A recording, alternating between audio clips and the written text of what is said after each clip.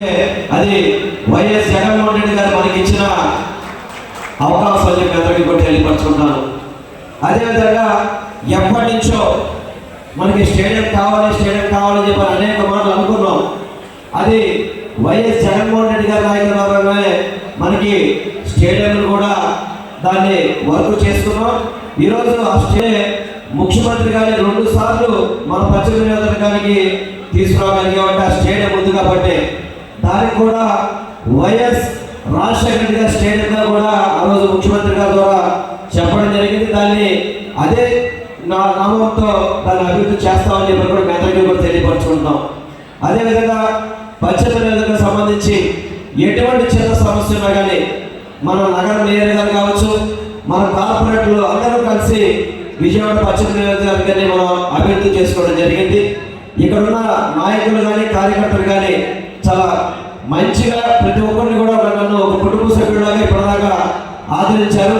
అదేవిధంగా ఆసిఫ్ కూడా పార్టీ పెట్టిన కానించి జగన్మోహన్ రెడ్డి గారు నమ్ముకొని చిన్న స్థాయి నుంచి కార్పొరేటర్ స్థాయి నుంచి ఈరోజు ఎమ్మెల్యే స్థాయికి వచ్చారంటే ఒక కమిట్మెంట్తో జగన్మోహన్ రెడ్డి గారి దగ్గర ఉన్నాడు. కాబట్టి మీరందరూ కూడా ఏ విధంగా అయితే 2014 కానీ 2019లో పనిచేసి ఇక్కడ వైఎస్ఆర్ జెండాని రప్రపలాడించారో మరొక్కసారి ఆశీస్సులు కూడా ఇక్కడ గెలిపించే విధంగా మీరందరూ కూడా కృషి చేయాలని చెప్పని మీ అందరికీ తెలియపరుచుకుంటూ మీకు ఎప్పుడు కూడా ఎల్లవేళలా నేను అందుబాటులో ఉంటాను. ఏ ఒక్క కార్యకర్త కానీ నాయకుడు కానీ ఎటువంటి ఇబ్బంది ఉన్నా కానీ 24 గంటలు మీకు నేను అందుబాటులో ఉండి మీకు అన్ని విధాలు కూడా మీకు తోడుగా ఉంటాయని చెప్పని తెలియపరుచుకుంటూ ఆశీస్ని మంచి మెజారిటీతో విజయవాడ పశ్చిమ నియోజకవర్గంలో జగన్మోహన్ రెడ్డి గారు చేసిన అభివృద్ధి సంక్షేమ పథకాలు ఇవన్నీ కూడా ఆశీస్కి మంచి మెజారిటీతో గెలిపించేందుగా మీరందరూ కృషి చేయాలని చెప్పని మనస్ఫూర్తిగా కోరుకుంటూ నాకు కూడా సెంట్రల్ నియోజకవర్గంలో మీరు కూడా వీళ్ళందరూ సహాయం చేసి గెలవడానికి మీరందరూ కూడా సహకరించాలని చెప్పని మనస్ఫూర్తిగా కోరుకుంటూ సెలవు తీసుకున్నాను. జై జగన్, జై జగన్, జోహార్ వైఎస్ఆర్. మనం అర్థం చేసుకోవాలి అంటే అంత ఇష్టపడతాను ముఖ్యమంత్రి గారు ఆశిస్తాను. అట్లాగే వెస్ట్ వెల్లపల్లి శ్రీనివాస్ గారు, ఆసిఫ్ గారు, మేము ముగ్గురం కలిసి తప్పకుండా విజయం సాధిస్తాం. అట్లాగే సెంటర్లో సోదరుడు వెల్లంపల్లి గారు ఈసారి ఘన విజయం సాధిస్తున్న అట్లాగే మన చిరంజీవి అవినాష్ నెహ్రూ గారికి నేనంటే చాలా అభిమానం ఉండేవాడు. అట్లాగే నేను కూడా నెహ్రూ గారికి చాలా అభిమానం ఉండేవాడిని. ఆ రోజు నేను యాక్చువల్గా నెహ్రూ గారు అవినాష్ని టీడీపీలో చేశారని టీడీపీని ఎంపినప్పుడు బుచ్చిబాబు నా దగ్గర పంపించాను. సభలో కూడా బుచ్చిబాబు గారు గుర్తు చేశారు, నెహ్రూ గారు మీరు తప్పు చేస్తున్నారు, మీరు ఆ రోజు కాంగ్రెస్లో చేరి ఎంత తప్పు చేశారో ఇవాళ అవినాష్ని టీడీపీలో పంపించి అంత తప్పు చేస్తున్నారు, మీరు ఆలోచిస్తారంటే ఆల్రెడీ డిసైడ్ అయిపోయింది, నేను చేయలేను, ఇంకా టైం అయిపోయిందని. అదే కూడా నేను గుర్తు చేశాను. నేను ఎందుకంటే నాకేమి దాపకాలంలో నేను టీడీపీగా ఎంపీ ఉండి అవినాష్ బాగుండాలని కోరుకున్నాను. ఎందుకంటే నెహ్రూ గారు పద్ధతి నాకు తెలుసు కాబట్టి. ఆయన ఎన్టీ రామారావు గారి పట్ల విశ్వసనీయత చూపిస్తున్న కోసం తను నష్టపరుచుకున్నాడు రాజకీయంగా. కానీ ఎక్కడ కూడా సిద్ధాంతం తప్పునే మా అభ్యర్థి ఆసిఫ్ గారిని గెలిపించాలని చెప్పి మీరు అందరూ కూడా ధైర్యంగా అడగడానికి అవకాశం ఉంది. ఇంకొకటి, ఇక్కడ అనుభవజ్ఞుడు మా అందరికీ తెలిసినటువంటి నాయకుడు కేసీనేని నాని గారు మనకు తోడా. ఇప్పుడు ఆయన పార్లమెంటు సభ్యుడిగా 2 సార్లు కూడా ఈ విజయవాడ పార్లమెంటుకి విశేషమైనటువంటి సేవలు అందించాడు. ఆయన అభివృద్ధి కార్యక్రమాల్లో ఆయనంటేనే అభిమానించేటువంటి ప్రజలు కోకొల్లలుగా ఉన్నారు. ఆయన మన పార్టీకి ఒక ఎసెట్ అవుతాడు. ఆయన చేసినటువంటి సేవలు కూడా మీరందరూ కూడా ప్రజల్లోకి తీసుకెళ్ళండి.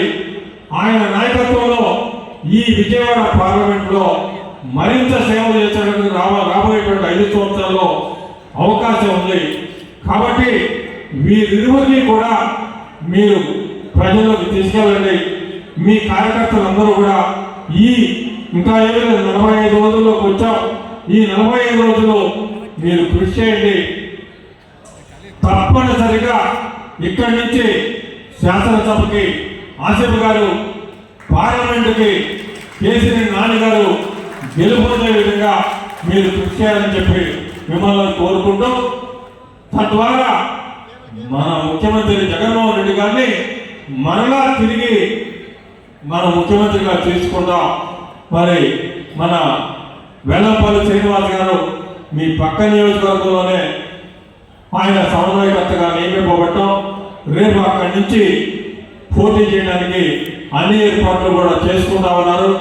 ఈరోజే అక్కడ ఆఫీసు కూడా ఓపెన్ చేస్తున్నారు. చాలా బ్రహ్మాండంగా కార్యక్రమం జరిగింది. ఆ నియోజకవర్గంలో ఉన్నటువంటి కార్యకర్తలు, ప్రజలందరూ కూడా ఆయన పట్ల మంచి అభిమానాన్ని చూపించారు. ఎక్కడ ఉన్నా కూడా ఆ అభిమానాన్ని ఎలా పొందాలో ఆయనకి బాగా తెలుసు. ప్రజల్లో ఉంటాడు, ప్రజల కోసం పనిచేస్తాడు. ఇక్కడ అది నిరూపించుకున్నాడు, రేపు అక్కడ కూడా అది నిరూపించుకుంటాడు. ప్రజల యొక్క మెప్పు పొంది అక్కడి నుంచి విజయం సాధిస్తాడని చెప్పి మనం అందరం కూడా భావిస్తా ఉన్నాం. మీరందరూ కూడా ఆయన ఆశీర్వదించండి. ఇక్కడ ఆసిఫ్ గారు గెలుపొందడానికి ఆయన యొక్క సహాయ సహకారాలు ఇప్పుడే చెప్పాడు, సహాయ సహకారాలు ఉంటాయి. ఆసిఫ్ గారి యొక్క గెలుపుకి నేను అన్ని రకాలుగా కూడా కృషి చేస్తానని చెప్పి కూడా మీ అందరికీ తెలియజేయడం జరిగింది. కాబట్టి మీరందరూ కూడా రాబోయేటువంటి ఎన్నికల్లో అటు పార్లమెంటు కేసీఆర్ నాని గారిని, ఇటు అసెంబ్లీకి ఆసిఫ్ గారిని ఆశీర్వదించాలని కోరుతూ, మరొక విషయం ఏంటంటే రేపు 30వ తారీఖున ఏలూరులో మన ముఖ్యమంత్రి గారి ఆధ్వర్యంలో కార్యకర్తల సమావేశం జరగబోతా ఉంది. ఈ కార్యకర్తల సమావేశానికి మన నియోజకవర్గం నుంచి ప్రతి సచివాలయం నుంచి కూడా 100 మందికి తగ్గకుండా ఆ సచివాలయం పరిధిలో ఉన్నటువంటి కార్యకర్తలు వేలూరు బయలుదేరాల. ఏలూరులో తూర్పుగోదావరి, పశ్చిమ గోదావరి, మన కృష్ణా జిల్లా ఈ అన్ని నియోజకవర్గాలకు సంబంధించినటువంటి కార్యకర్తల సమావేశం జరగబోతా ఉంది. దీనికి ప్రతి కార్యకర్త, ప్రతి నాయకుడు అందరూ కూడా మనం అపాయింట్ చేసినటువంటి ఈ గృహ సారథులు కానివ్వండి, సచివాలయ కన్వీనర్లు కానివ్వండి, మన కార్యకర్తలు కానివ్వండి, అందరూ కూడా కార్పొరేటర్ల యొక్క ఆధ్వర్యంలో, ఆసిఫ్ గారి యొక్క నాయకత్వంలో ఇక్కడి నుంచి మనకు కావాల్సినటువంటి బస్సులు అవన్నీ కూడా వాహనాలు ఏర్పాటు చేసుకొని అక్కడికి వెళ్ళి ఆ సభని విజయవంతం చేయాలి.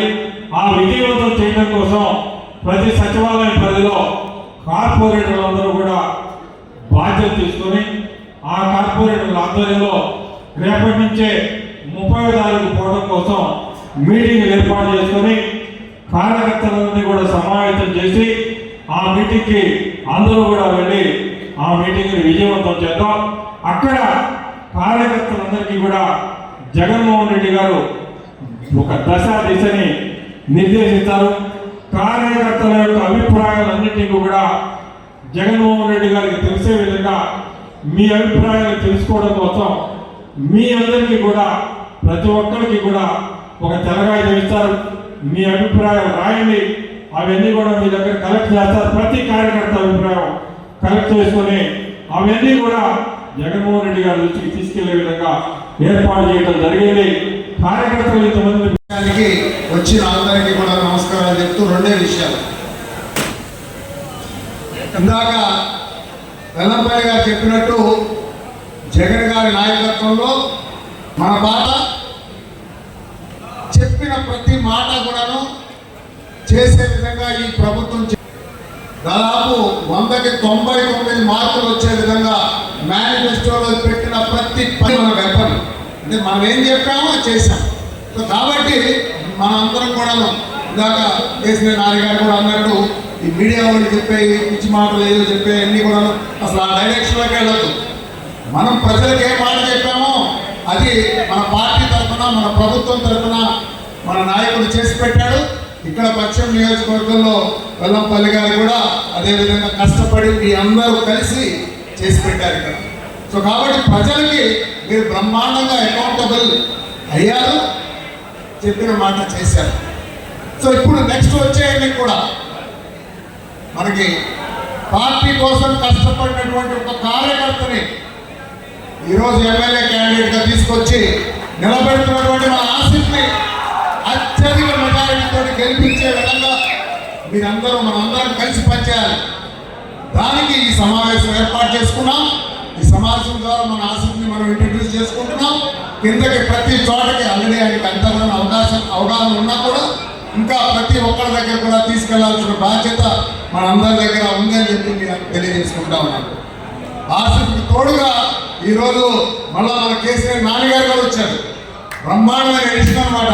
వీళ్ళిద్దరి కాంబినేషన్ కూడా ఇక్కడ పశ్చిమ నియోజకవర్గంలో ఇంతకు ముందు రాసినటువంటి ఏ ఎన్నికలో కూడా రాని మెజారిటీలు వచ్చే విధంగా మనం పశ్చిమ నియోజకవర్గాన్ని తీసుకెళ్లే విధంగా పనిచేయించాలి వీళ్ళిద్దరు కాంబినేషన్లో అని చెప్తూ, అలాగే సెంట్రల్లో కానివ్వండి, ఈస్ట్లో కానివ్వండి, వెల్లంపల్లి గారిని కానీ రమేష్ గారిని అందరినీ కూడా మంచి మెజారిటీలో గెలిపించి విజయవాడ నంబర్ 1గా ఉంచే విధంగా తీసుకెళ్లాలని చెప్పి వైఎస్ఆర్ కాంగ్రెస్ పార్టీ తరఫున 175 సీట్లలో ఇవి 3 కూడా నంబర్ 1గా ఉండే విధంగా తీసుకురావాలని చెప్పి తెలియజేసుకుంటూ ఆసక్తి మంచి మెజారిటీతో గెలిపించే విధంగా మనం అందరం కలిసి పనిచేద్దాం.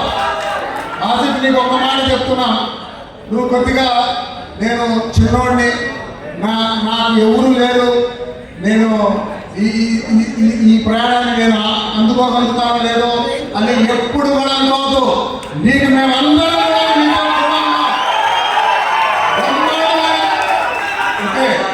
ఇక్కడ ఉన్న ప్రతి ఒక్కరు అందరూ కూడా నీ వెంట ఉంటాం.